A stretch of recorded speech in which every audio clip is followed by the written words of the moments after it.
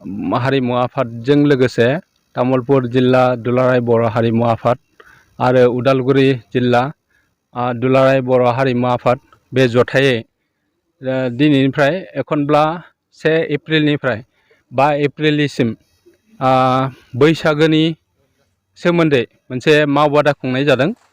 बे मावबादा खुंनायनि गुबै थांखियानो जाबाय दि बर'फोरनि गेजेराव बैसागो मेथाइखौ गोदोनि बायदि खना दा बेयो गेजेनलांबाय। थिग बेबायदिनो बैसागो मोसानायफोराबो गेजेनलांगासिनो दङ आरो बैसागो मेथाइ खननायाव जि बर'नि दामजुमु बे दामजुमुखौ बाहायला।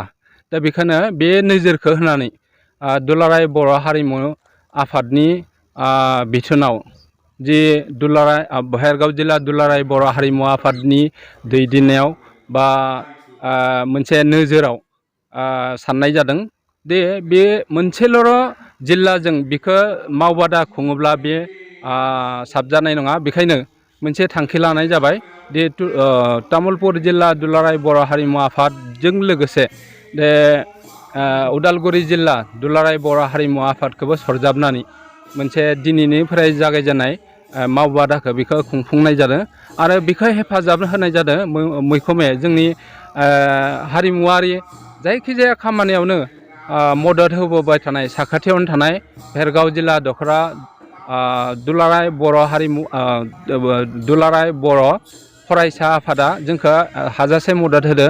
नाथाय जोंनो रावबो राजखान्थियारि दैदेनगिरिफ्रा रावबो बेबायदि फान्डिं होनाय जों दालासिम मोनाखै। दा बे मोनसे दुखु गोनां।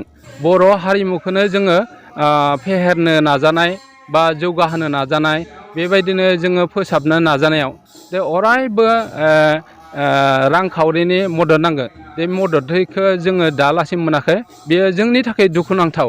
बेखायनो जोंनि बर' हारिनिनो बा बर' समाजनिनो मोनसे आथिखालाव सरकार दोङो होनोब्लाबो बे सरकारनिफ्राय जेबो अनसुंथाइ मोनैया बे दुखु गोनां बाथ्रा। बेखायनो आङो फिन खावलायबावदो जाहाथे सरकाराव थानाय सुबुंफोरा जाहाथे बर' हारिनि हारिमुखौ जौगाहोनायाव जोंखौ मदद होयो। मैखोमै गुबुन गुबुन आफादफोरखौ मदद होनायजों लोगोसे दुलाराय बर' हारिमु आफादखौ थोंजोङै मदद होनांगौ। मानोना जायखिजाया खामानियावनो रांखावरिनि गोनांथि।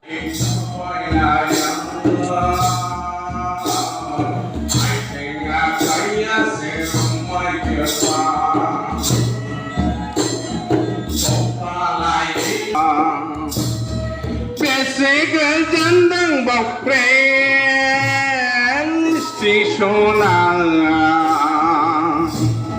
बेसे गोजोन दंबावफ्रेन स्टेसना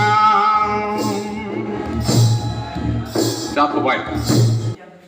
बेल' नङा आरो अनेक मेथाइ दङ। दा बेखायनो जास्ट आं बेखिनिखौ नोंथांमोनाव अबयसे मोनसे जों जे जावजा